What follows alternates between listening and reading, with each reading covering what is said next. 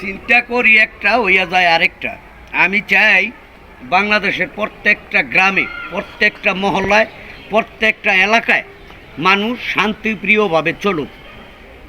বাড়িতে বাড়িলে বলে মানুষ কি আতঙ্ক থাকে, কোন সময় কি হইয়া যায়, কোন সময় কোন ঝামেলাত পড়িয়া যায় ঠিক নেই। কারণ দেশটা ধ্বংস হয়ে যাইতেছে গা, অশান্তিয়ে ভরিয়া গেছে গা। মানুষের পিন্দনে খাবার বস্ত্র কিছুই নেই। এই শীত আইলে আগে দেখতাম সরকারিভাবে কম্বল টম্বল অসহায় মানুষের মাঝে বিলাই দিত। বর্তমানে এই তত্ত্বাবধায়ক সরকার নাই, কি অন্তর্কালীন সরকার একজন নেতা বাংলাদেশে গরিবের দিকে কোনো খেয়াল খবর নাই। দ্রব্যমূল্যের দাম বাড়তেছে, দাম কমে না।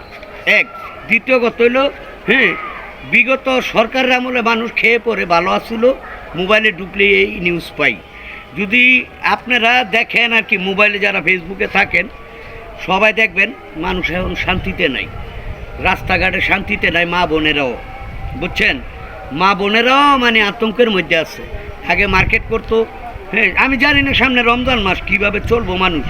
এই যে রমজান আইতেছে সামনে, রমজান মাসে মানুষে কি করব, কেমনে চলবো নাই বললেই চলে দেশ। একজন রিক্সাওয়ালারা দেখলাম সকালবেলা বইয়া কান্তাছে, কয় শীতের মধ্যে আজকে মাত্র 70 টাকা কামাইছি, ইনকাম নাই। আগে কামাইতাম এই এখন 3টা বাজে, ওনার লগে দেওয়া হয়েছে 2টার দিকে, 1 ঘন্টা আগে।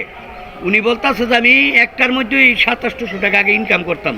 কারণ মানুষের টাকা পয়সা নাই, থাকবো কেমনে মিয়া, কারো পকেটে টাকা নাই। টাকা সব এনসিবির বলা হয় না, ধুবাই লয়ে যেতেছে জনগণের টাকা। এই এনসিবি বাংলাদেশের জনগণ এখন আর চায় না। বাংলাদেশের জনগণ যেটা আশা করছিল, যারা বিপ্লব ঘটাইছে দেশটার প্রতি কত শান্তি রাখবো, এরা নিজেরা শান্তি ঠিক হয়ে পাইতেছে। দামি দামি গাড়ি দিয়ে চলতেছে, পকেটের মধ্যে মনে করে যাচ্ছে না 1.5 লাখ টাকা দামের মোবাইল নিয়ে ঘুরতেছে। এই যে পায়ের জুতা, এও এক জোড়া জুতার দাম মনে করেন যে 40,000 60,000 টাকা বলে দাম। এই কথা শুনলে কেউ খাইয়া বাসে আর কেউ না খাইয়া মনে করেন আছে না অভিশাপ দিতেছে গো। ভিডিওটা ভালো লাগলে লাইক কমেন্ট করে দ্রুত শেয়ার করে দিবেন। আসসালামু আলাইকুম।